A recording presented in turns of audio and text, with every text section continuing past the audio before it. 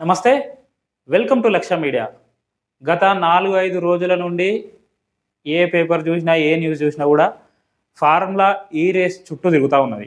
అసలు ఈ ఫార్ములా ఈ రేస్ ఏంటిది? అసలు దీని ద్వారా లాభమా, నష్టమా అనేటిది విషయాలను ఒకసారి మనం తెలుసుకునే ప్రయత్నం చేద్దాం.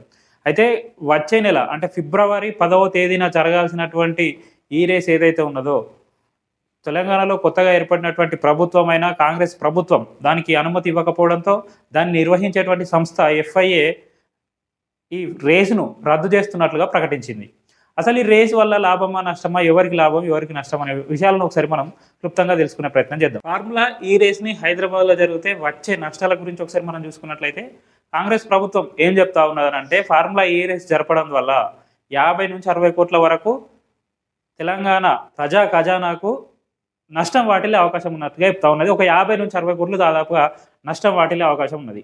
అట్లాగే ఇంకోటి ఏంటంటే, ఈ ఫార్ములా ఈ రేస్ జరగడానికి ఒకరోజు ముందు, అట్లాగే ఫార్ములా ఈ రేస్ జరిగే రోజు, ఈ 2 రోజులు మొత్తం హైదరాబాద్ వ్యాప్తంగా కొంచెం ట్రాఫిక్ జామ్కి ఇబ్బంది ఉంటుంది. ఇది కూడా వాస్తవమైన ముచ్చట.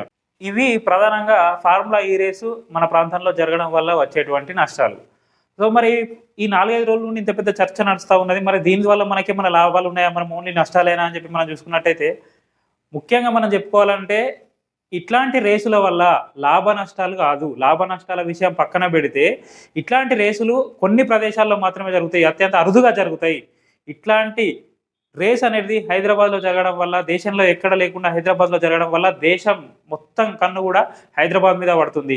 దీని ద్వారా ఒక బ్రాండ్ ఇమేజ్ అనేది హైదరాబాద్కు దక్కుతూ ఉన్నది. ఈ బ్రాండ్ ఇమేజ్ ద్వారా కేవలం బ్రాండ్ ఇమేజ్ ఒక్కటి దక్కడమే కాదు, ఈ బ్రాండ్ ఇమేజ్ దక్కడం ద్వారా ఏమవుతుందంటే చాలా వరకు పెద్ద పెద్ద కంపెనీల, పెద్ద పెద్ద వ్యక్తుల యొక్క దృష్టి అనేది హైదరాబాద్ మీద పడుతుంది.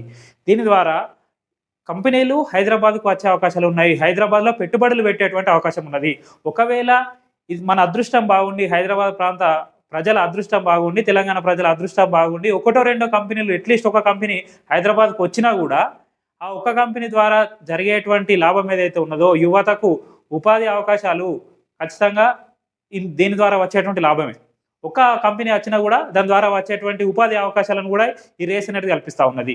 ఇంకొకటి చూసుకున్నట్టయితే డైరెక్ట్గా కాకుండా ఇండైరెక్ట్గా అంటే ఎట్లా అంటే, ఫర్ ఎగ్జాంపుల్ ఇప్పుడు ఆ సంస్థ నిర్వహించేటువంటి ఈ రేస్కి వచ్చేటువంటి వాళ్ళు ఎవరైతే పాల్గొనే వాళ్ళు ఉంటారో, వాళ్ళు అడ్వర్టైజ్మెంట్ కోసం ఏర్పాటు చేసుకున్నటువంటి ఫ్లెక్సీలే కావచ్చు, వాళ్ళు ఉండడం కోసం హోటల్సే కావచ్చు, లేదనంటే క్యాబుల్లో తిరగడం కోసం క్యాబులు బుక్ చేసుకోవడం కావచ్చు, ఇట్లా ఇండైరెక్ట్గా చాలా వరకు మన ప్రదేశాల్లో మన ప్రాంత ప్రజలే ఏదో రకంగా లాభం చేకూరుతుంది. మన ప్రజలకే ఏదో ఒక రకంగా లాభం అనేది చేకూరుతుంది.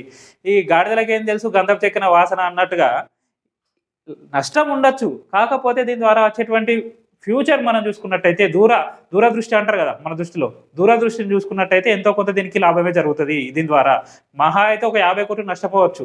అంటే ఎంతో కొంత ఏదో కొన్ని కావాలంటే కొన్ని కోల్పోక తప్పదని చెప్పి పెద్దలు చెప్పినట్టుగా, కొన్ని కావాలంటే కొన్ని మనం కూడా వదులుకోవాల్సినటువంటి పరిస్థితి ఉంటుంది. అట్లాగే ఇంకోటి మనం చూసుకున్నట్టయితే ఇప్పుడు ఎక్కడ చూసినా కూడా ఎలక్ట్రిక్ వాహనాల హవా నడుస్తూ ఉన్నది. ఈ రేస్లో ఉపయోగించే ప్రతి వెహికల్ కూడా ఎలక్ట్రికల్ వెహికల్ కాబట్టి ఎలక్ట్రిక్ వెహికల్స్కు ఒక ప్రోత్సాహాన్ని అందించే విధంగా ఈ రేసు ఉంటుందని చెప్పడంలో ఎట్లాంటి అతిశయోక్తి లేదు.